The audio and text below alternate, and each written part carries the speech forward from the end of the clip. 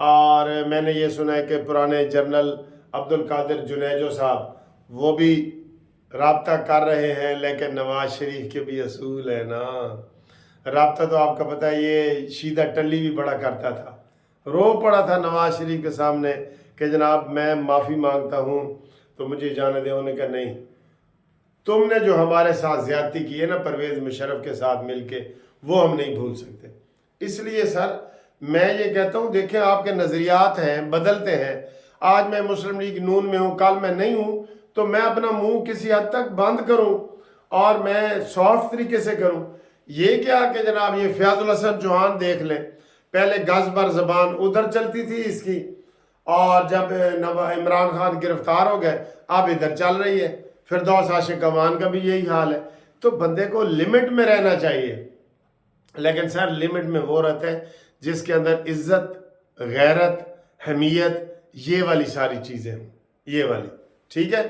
تو اب آئیں جی دوسری خبر ہے کہ عمران خان کے خلاف سائفر کیس جو ہے وہ چل گیا ہے، اور عمران نے 2 کیس، ایک تو سائفر کیس کی وہ 6 گواہیاں آ گئی ہیں، 3 پہلے ہوئی ہیں، 6 آج ہو جائیں گی اگر ان کے وکیلوں نے تعاون کیا۔ نہیں کر رہے، لیکن بیٹا نہ کرو، کوئی گال نہیں۔ وہ کہتے ہیں نا کبوتر جو آنکھیں بند کر لیتا ہے کہ بلی نہیں آ رہی، تو بلی آ رہی ہوتی ہے سر، بلی آ رہی ہوتی ہے۔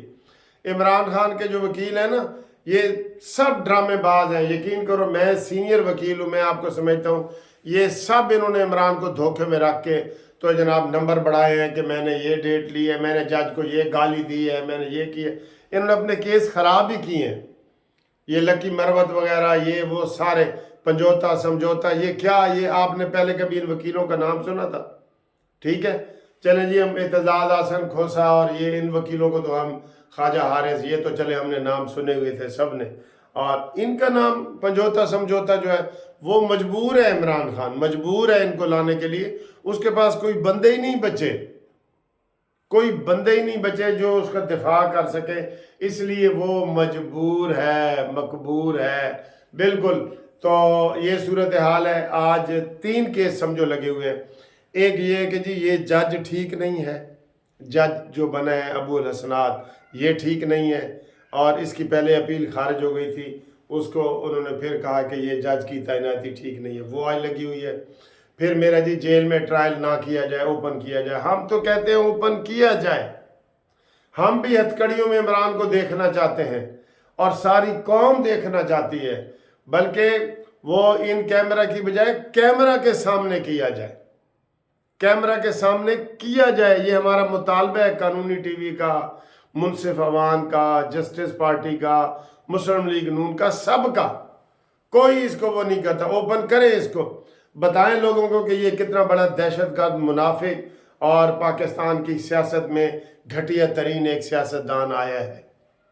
یہ اپنے دور کا محمد شاہ رنگیلا ہے، محمد شاہ رنگیلا، جس کو لوگ ابھی یاد کرتے ہیں۔